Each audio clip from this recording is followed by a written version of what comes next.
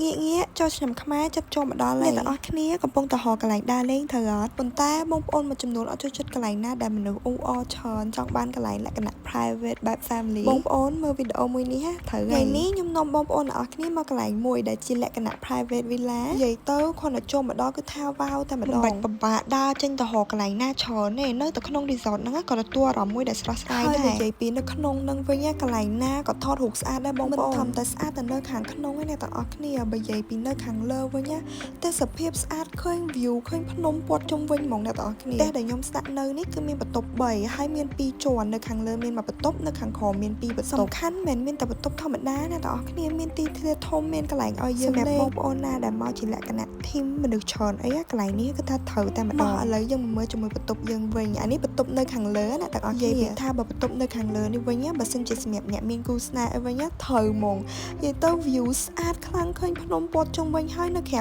មានវេរ៉ង់ដាបើគ្នាធំខ្លាំងមែនតើដល់ឃើញ view គេហើយចង់នៅនឹងមកទឹកមួយខែក៏អត់ធន់ដែរឥឡូវមកមើលបន្ទប់ទឹកគេវិញគឺបរិយាកាសបែប fresh ចឹងហ្មងអ្នកនរគ្នាទៅមើលនៅជ្រុងណាក៏ស្អាតដែរហើយនេះវិញបើសិនជាបងប្អូនណាមកជាលក្ខណៈគ្រួសារឬមិត្តភ័ក្តិអាចធ្វើជាមួយនឹងសាច់អាំងកូរឡើងភ្នំឬក៏អីញ៉ាំនៅមុខអាំងហែទឹកបែបអង្គុយមើលថ្ងៃលិចអីចឹងអូយខ្ញុំនិយាយមែនមើលវីដេអូនេះហើយចង់ទៅម្ដងទៀតមករយៈនេះខ្ញុំមានអារម្មណ៍ថា stress ខ្លាំងតែដល់ពេលមកនេះ stress ទាំងម៉ានបាត់ទាំងអស់ហ្មងភ្លេចប្រាប់បងប្អូនប្រកាសជាឆ្ងល់ហើយថានៅនេះគឺនៅកន្លែងណា resort មួយនេះមានឈ្មោះថាអាម៉ាយ៉ាកំពត homestay ជាលក្ខណៈ homestay បែប private villa អ្នកទាំងអស់គ្នាដែលស្ថិតនៅខេត្តកំពតយើងហ្នឹង